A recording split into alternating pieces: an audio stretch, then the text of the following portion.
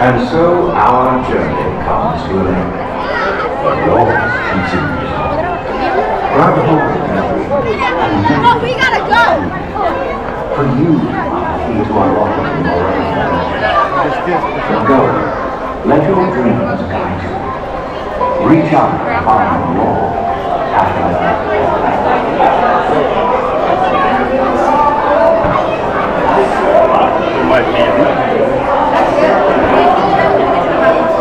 La gente que vive en los resorts. Esa es la gente que acaba de llegar, es la que vive en los resorts. Que se pueden quedar 3 horas más, ¿no? ¿Ah? They prefer to hang out by themselves or in very, very small groups of other males called bachelors. Now, as you can see, you picked a pretty good time to come on the safari. Now, the animals love the rain. They love to roll around in it, so you're going to get some pretty cute pictures. Now, I do want to take this opportunity to tell you a pretty cool story about some elephants. So I'm sure most of you already knew without even having to see an elephant in person, but they are pretty big animals.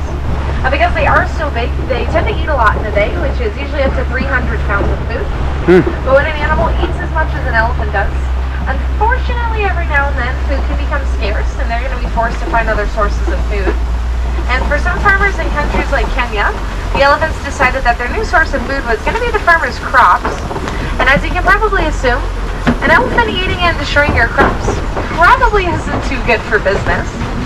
So we here at the Disney Conservation Fund wanted to help those farmers find a way to keep those elephants off of their land, while making sure the elephants were still safe and protected at the same time. And the way that we did that was by building something called a bee fence. And you might be wondering, Sydney, what are you talking about? What's a bee fence? Well, I'll tell you. So through observation and research, we actually discovered that elephants are afraid of the sound of buzzing bees. It causes them to run away. So by building a barrier between the elephants and farms with boxes of beehives, not only did we keep the elephants safe, but off the farmer's land, it also provided an additional source of income for the farmers because, number one, they can now sell the honey that the bees produce, but most importantly, the farmers no longer had to pay for or rely on poachers to take care of their elephant problem. So it's a win-win situation for everybody involved. It is a project we're extremely proud of here in Harambe. Just a little later on when we get to the warden's post, I can definitely show you what a bee fence looks like.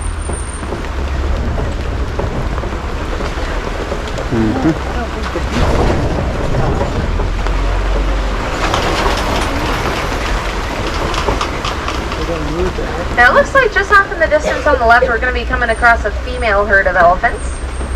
Females, I started to mention, they're a lot more social than males.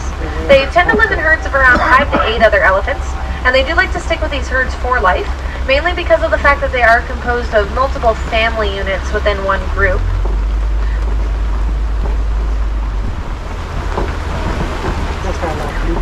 Now, in my opinion, one thing that makes elephants pretty unique and distinct in their looks, besides their trunks, are going to be their large ears.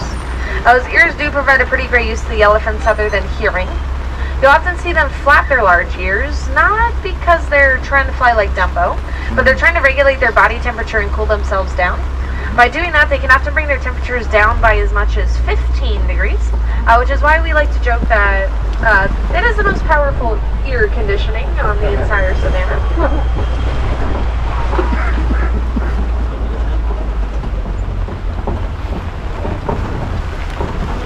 Now, there is an elephant in the room that I'm going to want to address in just a second.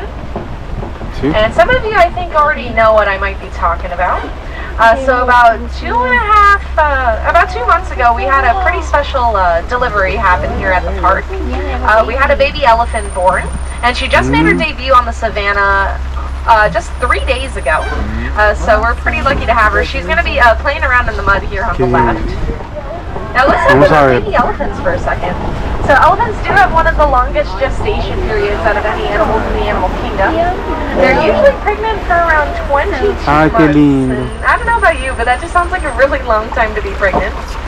When they do eventually give birth, elephants aren't going to send their young off to be on their own right away.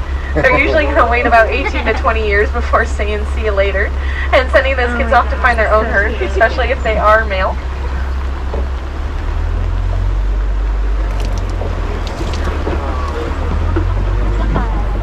Let's head around Flamingo Islands. These are the greater flamingo. They are not only the largest species of flamingo in the world, but they're also the lightest shade of pink. And they get their pink coloring from the beta carotene in the shrimp that they eat, but they usually won't gain that full coloring until they're around 2 years old. Now when flamingos hatch, they come out as these adorable gray fluffy chicks, but they're not going to stay that way for very long. They are usually full grown by the time they reach 2 months old.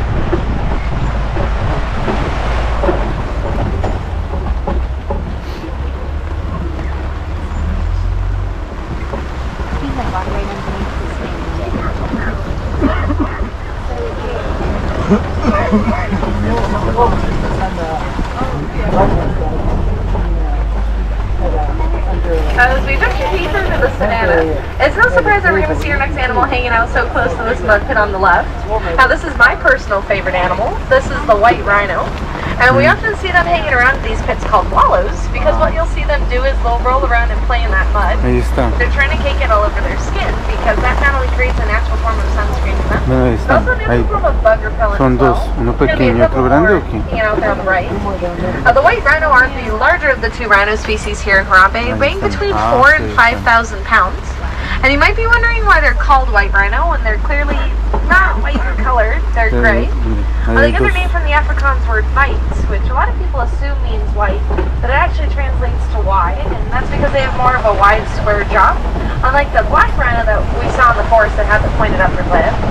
Now, if I haven't mentioned Afrikaans already, that is the language spoken by Dutch settlers in South Africa. Now, we'll get back to those rhinos just a little later on. Now, the next animal that hangs out here on the left can be a bit hard to spot. Wink, wink, and that's my hint for you. They're going to be all the way back in the tree line there on the left, but I believe I might see a better view of some up ahead, so we'll go on up. But we'll be looking at some cheetah. Cheetah are the fastest land animal in the world. They can go 0 to 60 in just a matter of a few seconds. However, they are not marathon runners, so they typically will maintain a speed for very long or very far. Unlike other cats, cheetahs are day hunters, and there's a few reasons for that. Number one, they've got a black teardrop marking underneath their eye that's going to help to absorb sunlight and fit up clear.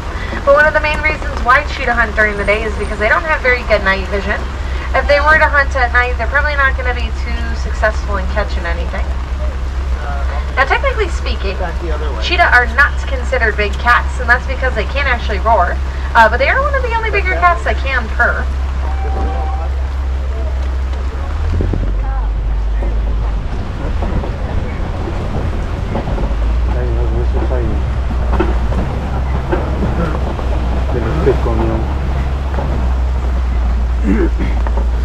If you're hoping to potentially see some big cats today, Kopi rock formations like this one on the left are great places to look for them.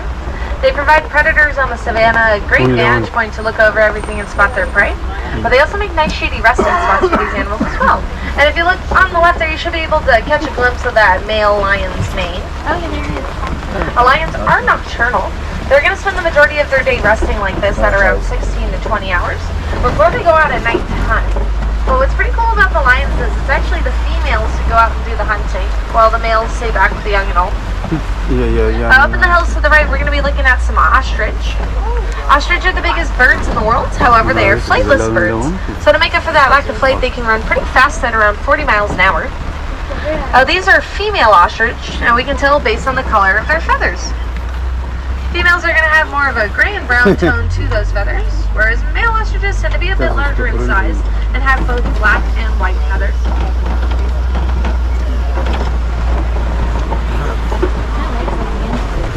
Once again, there's that male lion for you. We probably won't hear right now because they appear to be pretty relaxed, but a lion's roar is so powerful that it can often be heard up to 5 miles away.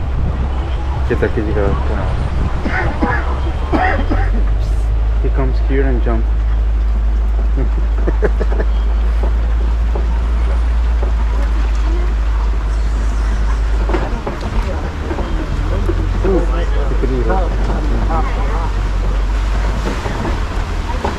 Now over here on the left, if you're a fan of The Lion King, Hakuna Matata, look in the burrow there.